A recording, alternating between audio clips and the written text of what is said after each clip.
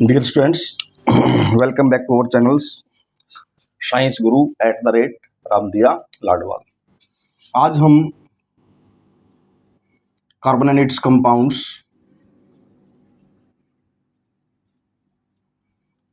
Part 6 ये discuss करेंगे। इसमें कुछ क्वेश्चंस करेंगे इंपॉर्टेंट, और एक टॉपिक रहता है हम वो करेंगे। जो टॉपिक हमारा लेफ्ट है दैट इज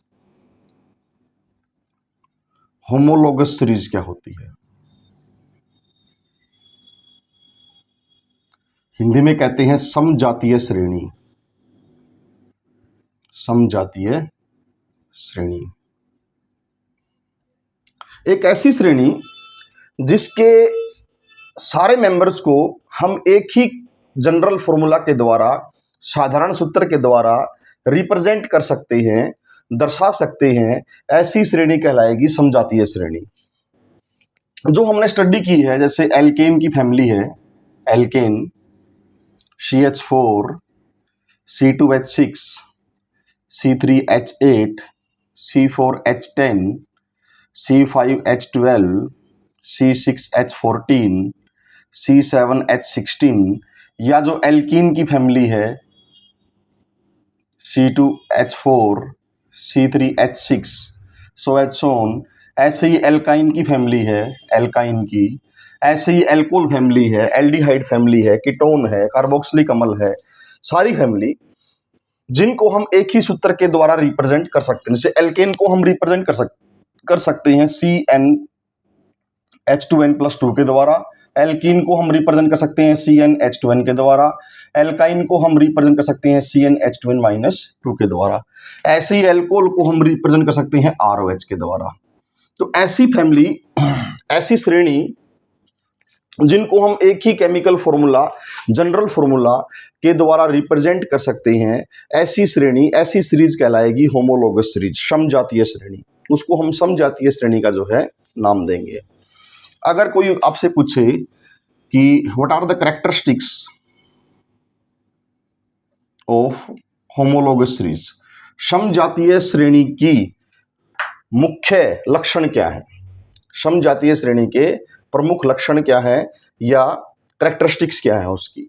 तो पहली कैरेक्टरिस्टिक्स तो यही है आपकी कि हम उनको एक जनरल फॉर्मूले के द्वारा जो है रिप्रेजेंट कर सकते हैं। ठीक है, एक जनरल फॉर्मूला के द्वारा हम सभी मेंबर्स को जो है रिप्रेजेंट कर सकते हैं, जो डेफिनेशन में आया था हमारा वही।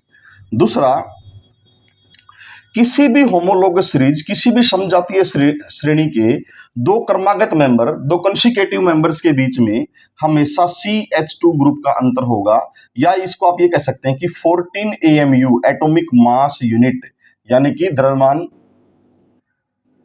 भार, द्रव्यमान संख्या का अंतर होगा।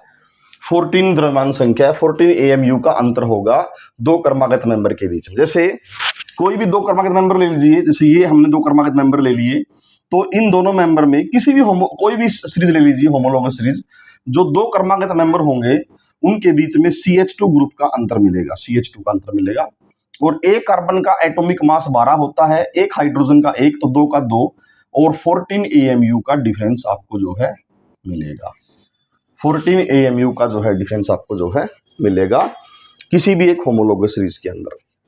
किसी भी होमोलोगस सीरीज के अंदर, किसी भी समजातीय श्रेणी के अंदर 14 AMU का या CH2 ग्रुप का जो है आपको डिफरेंस मिलेगा।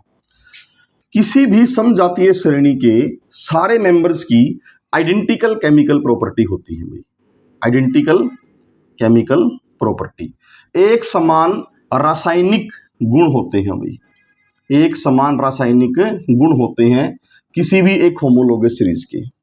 किसी भी एक होमोलोगस सीरीज के आइडेंटिकल केमिकल प्रॉपर्टीज होती हैं, एक समान रासायनिक गुण जो है उनके अंदर जो है पाए जाते हैं। आइडेंटिकल केमिकल प्रॉपर्टीज आप लोग उसको जो है कह सकते हैं कि एक समान रासायनिक गुण धर्म जो है किसी समजातीय श्रेणी के अंदर जो है पाए जाते हैं। ये है भाई समजातीय श्रेणी के बारे में। कैरेक्टरिस्टिक्स के बारे में हम एक बार दोबारा बात कर लेते हैं। एक ही जनरल फॉर्मूला के द्वारा आप उस श्रेणी के सारे मेंबर्स को रिप्रेजेंट कर सकते हैं, जैसे एल्केन, एल्कीन, एल्काइन, एल्कोहल, सो एच ऑन, और भी हैं। किसी भी होमोलोगस सीरीज के दो क्रमागत मेंबर के बीच में CH2 ग्रुप का अंतर मिलेगा, और आप ये कह सकते हैं कि 14 द्रव्यमान संख्या का अंतर मिलेगा, 14 AMU का अंतर मिलेगा, एटॉमिक मास यूनिट का अंतर आपको जो है मिलेगा दो क्रमागत मेंबर्स के बीच में। और किसी भी एक होमोलोगस सीरीज के सारे मेंबर्स की आइडेंटिकल केमिकल प्रॉपर्टी होती है, लगभग एक समान जो है सभी रासायनिक गुण जो है वो शो करेंगे। ये है भाई आपकी समजातीय श्रेणी। ये टॉपिक आपका इस चैप्टर में रहता था जो हमने कवर कर दिया है। अब कुछ क्वेश्चंस जो है हम देखेंगे इस चैप्टर के, जो आपने करने हैं, क्वेश्चंस को डिस्कस करेंगे। पहला क्वेश्चन है कि find out the first member of ketone family. Ketone family के पहले मेंबर को फाइंड आउट कीजिए, भाई लिखिए उसे क्या है। तो इसके लिए आपको सबसे पहले कीटोन का जनरल फॉर्मूला पता होना चाहिए। कीटोन का जनरल फॉर्मूला है ये RCOR- या RCOR। तो यहां दोनों R पर पहले CH3 आ जाएगा, ये पहला मेंबर होगा इस कीटोन फैमिली का, CH3 और कीटोन के लास्ट में लगता है ऑन, 3 कार्बन है 1 2 3, तो मेंबर होगा प्रोपेनोन, जिसको प्राय एसीटोन के नाम से भी जाना जाता है।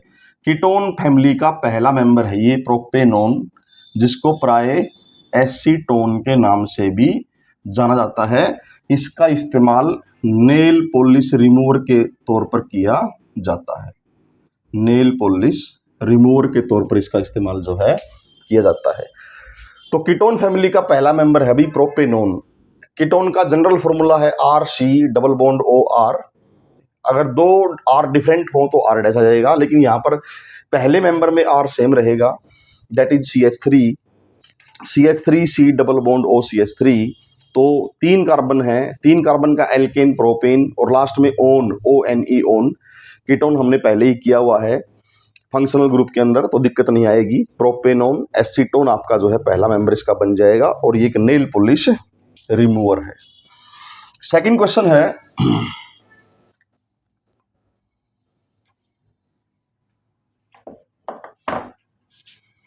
Find out the functional group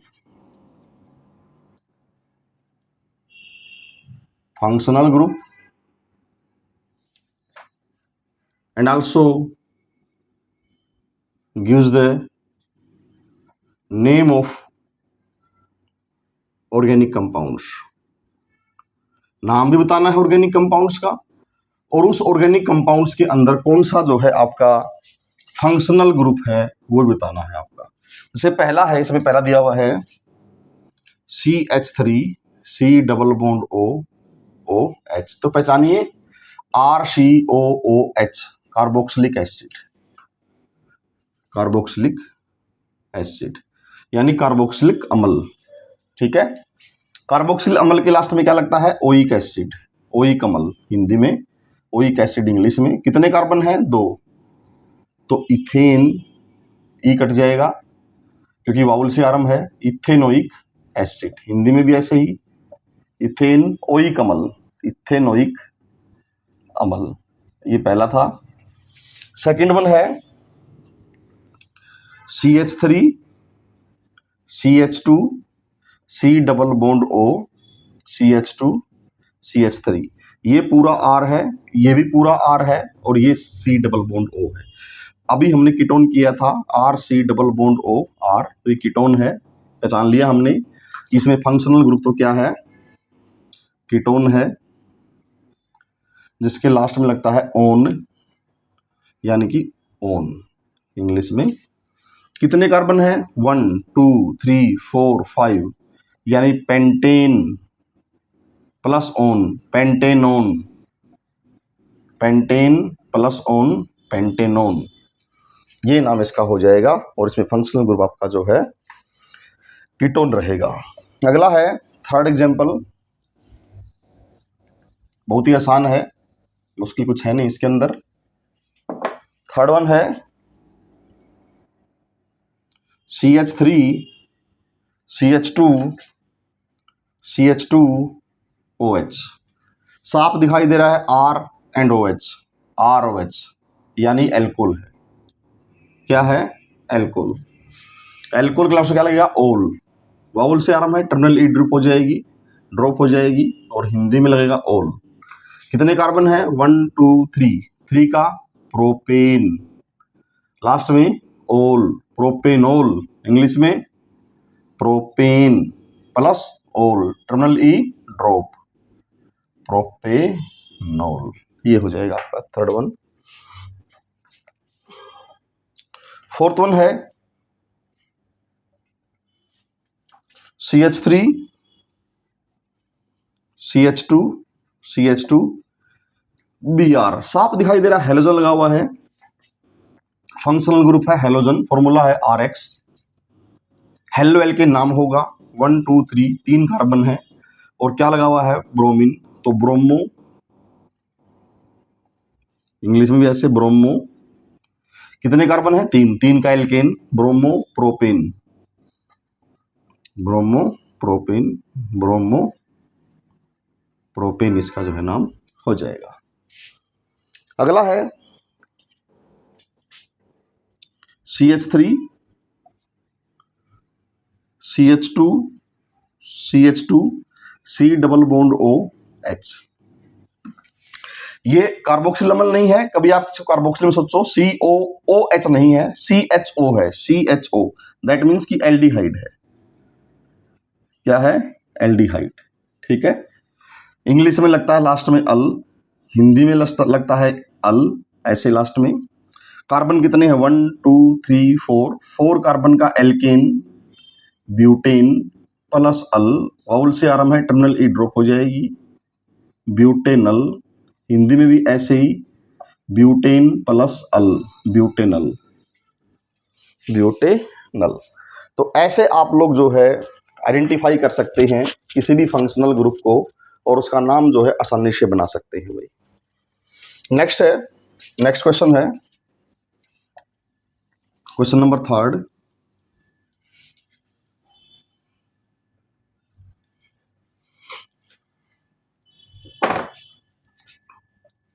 esterification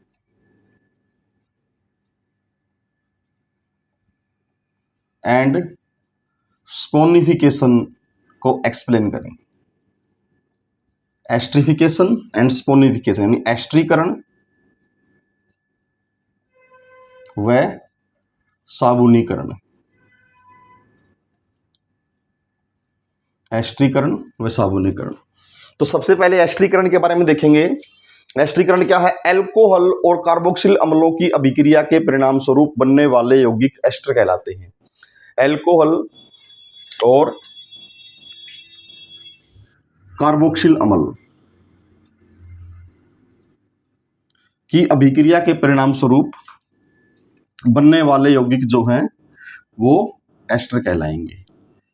ये रिएक्शन हुई कंसंट्रेटेड H2SO4 की प्रेजेंस में, OH और H, H2 अलग माइनस हो जाएगा यानी H2 बाहर निकल जाएगा। क्या बचेगा? देखिए CH3, ये C डबल बॉन्ड O है, C डबल बॉन्ड O, ये O डबल बॉन्डेड है, फिर ये O और फिर ये R। यहाँ भी R ले लीजिए CH3 की जगह, R इस्तेमाल कर लीजिए, यहाँ भी क्या आ जाएगा? R आ जाएगा। ये एस्टर का जनरल फॉर्मूला बन जाएगा RCOOR या RCOOR dash, that is ester. ऐसे कंपाउंड कहलाते हैं एस्टर। आप करके देखते हैं रिएक्शन को। यहां ले लिया मैंने इस R की जगह C2H5OH, इसको R डैश मान लीजिए। यहाँ भी जो है फिर आपका R डैश हो जाएगा क्योंकि अलग अलग R हो जाएंगे। एक तो आपका R CH3 हो जाएगा, एक C2H5 हो जाएगा। ऐसे देखिए, यहाँ ले लिया मैंने CH3, C double bond O, OH। Same reaction, कोई किसी प्रकार की जो है कन्वर्सेशन हमने नहीं करनी, कन्वर्ट नहीं करना है। कंसंट्रेटेड H2SO4, सेम टाइप की रिएक्शन, ये H जाएगा, ये OH जाएगा, तो H2O आपका अलग हो जाएगा, ये H2O, और क्या बचेगा? देखिए, देखना CH3, C double bond O, ये फिर ये सिंगल बॉन्ड O और फिर C2H5, C2H5, ये बन जाएगा एस्टर। एस्टर बन जाएगा। एस्टर का नाम होता है एल्काइल एल्केनोएट, एल्केनोएट, इंग्लिश में वैसे ही एल्काइल एल्केनोएट नाम होता है। इसमें क्या होता है कि जो सी डबल बॉन्ड ओ और सिंगल बॉन्ड ओ वाली स्पीसीज है ये तो होती है एल्केनोएट ये, और इस सिंगल बॉन्ड ओ से परली तरफ जो एल्काइल बच जाएगा आपका आर ग्रुप वो होता है एल्काइल। तो एल्काइल क्या है इसमें, इथाइल, तो इथाइल।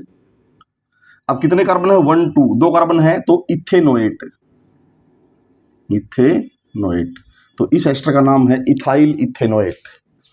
नाम क्या है इसका, ethyl ethanoate. That reaction is known as esterification. इस अभिक्रिया को हम लोग जो है एस्ट्रीकरण यानी एस्ट्रिफिकेशन जो है हम कहते हैं इस अभिक्रिया को। That reaction is known as esterification, उसको हम एस्ट्रिफिकेशन का जो है नाम देते हैं। एस्टर जो बनेगा इसमें वो बनेगा इथाइल इथेनोएट, यानी एल्काइल एल्केनोएट के अकॉर्डिंग नाम देना है तो इथाइल इथेनोएट का जो है नाम हो जाएगा। एस्टर जो है वो स्वीट स्मेलिंग सब्सटेंस होते हैं, सुगंधित पदार्थ होते हैं, इसलिए परफ्यूम इत्यादि बनाने के लिए उनका इस्तेमाल जो है हम करते हैं। भाई परफ्यूम वगैरह बनाने के लिए उसका इनका इस्तेमाल जो है हम लोग करेंगे। अब दूसरा है स्पोनिफिकेशन।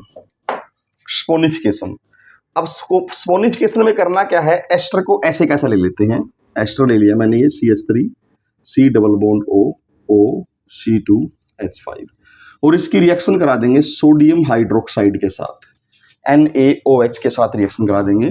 कैसी रिएक्शन होगी, यहां से टूट जाएगा ये, यहां से ये टूट जाएगा, C2H5OH बन जाएगा, वापस एल्कोहल बन जाएगा C2H5OH, और ये बनेंगे, देखिए क्या बनेगा, CH3 C double bond O Na, ये बनेगा। O के साथ क्या लग जाए, N लग जाएगा, यानी सोडियम, इसका नाम हमने निकाला ही था अभी, क्या, इथेनोएट, सोडियम इथेनोएट, यानी कार्बोक्सिल अम्ल के सोडियम साल्ट। और कार्बोक्सिल अम्ल के सोडियम साल्ट क्या कहलाते हैं, शोप कहलाते हैं। कार्बोक्सिल अम्ल के सोडियम साल्ट, सोडियम या पोटासियम साल्ट क्या कहलाते हैं, शोप कहलाते हैं। That is why that reaction is known as saponification. इसीलिए इस अभिक्रिया को हम लोग स्पोनिफिकेशन का जो है नाम देते हैं। ये अभिक्रिया आपकी जो है स्पोनिफिकेशन कहलाएगी। तो ये रिएक्शन है भी एस्ट्रीकरण व साबुनीकरण। ये क्वेश्चन थर्ड था। लास्ट क्वेश्चन है अगला क्वेश्चन जो हम करेंगे,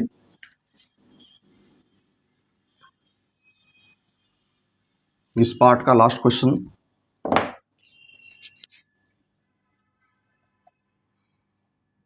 इलेक्ट्रॉन डॉट स्ट्रक्चर। कुछ मॉलिक्यूल्स दिए हैं, उनके इलेक्ट्रॉन डॉट स्ट्रक्चर लिखने हैं। भाई इलेक्ट्रॉन डॉट स्ट्रक्चर हम लोगों ने इसके लिखने हैं। कुछ मॉलिक्यूल्स दिए हुए हैं। पहला मॉलिक्यूल्स है, यानी हिंदी में इलेक्ट्रॉन बिंदु संरचना, इलेक्ट्रॉन बिंदु संरचना। पहला है CCl4, बड़ा आसान है। कार्बन के पास वैलेंस शेल में 4 इलेक्ट्रॉन होते हैं, 4 क्लोरीन है, क्लोरीन के पास वैलेंस शेल में 7 इलेक्ट्रॉन होते हैं, ऐसे ऐसे यहाँ क्लोरीन उसके पास भी 7 होंगे, 2 4 6 और एक 7, ऐसे ही क्लोरीन 2 4 6 और एक 7, ऐसे ही क्लोरीन यहाँ 2 4 6 और एक 7। ये जो है आपस में बॉन्ड बनाएंगे, ये ऐसे ये ऐसे ये ऐसे और ये ऐसे, ये हो जाएगी इलेक्ट्रॉन बिंदु संरचना CCl4 की। क्लोरीन के पास वैलेंस शेल में 7 इलेक्ट्रॉन होते हैं, उसको अपनी भारी शेल फुली फील्ड करने के लिए 8 करने के लिए इसके साथ शेयरिंग कर लेगा, ये यहाँ शेयरिंग कर लेगा, ये यहाँ शेयरिंग कर लेगा और ये यहाँ शेयरिंग कर लेगा। CCl4 का बन जाएगा इलेक्ट्रॉन बिंदु संरचना। दूसरा है C2H4, दुगने हाइड्रोजन है, मींस एल्कीन है। क्या है, एल्कीन। एल्कीन कितने कार्बन है, 2 कार्बन में कितना आएगा, डबल बॉन्ड। अब हमने कार्बन की वैलेंसी पूरी करनी है, 2 3 और एक 4, 2 3 और एक 4। ये बन गया इसका संरचनात्मक सूत्र। बस एक बॉन्ड है, 2 इलेक्ट्रॉन लगा दीजिए, एक यहाँ एक यहाँ, ये एक बॉन्ड है, 2 इलेक्ट्रॉन लगा दीजिए। ये एक बॉन्ड है, इसके 2 इलेक्ट्रॉन रख दीजिए यहाँ यहाँ। ये एक बॉन्ड है, इसके 2 इलेक्ट्रॉन यहाँ यहाँ रख दीजिए। ये एक बॉन्ड है, इसके 2 इलेक्ट्रॉन यहाँ यहाँ रख दीजिए। ये बॉन्ड है, इसके 2 इलेक्ट्रॉन यहाँ यहाँ रख दीजिए। ये बन जाएगी इलेक्ट्रॉन बिंदु संरचना किसकी? C2H4 की, यानी कि इथीन की। इथीन की इलेक्ट्रॉन बिंदु संरचना आपकी जो है बन जाएगी। अगला है थर्ड वन C3H4। C3H4 3 गुना 2 6 और 6 में से 2 गया 4, यानी दुगने से 2 कम हाइड्रोजन है।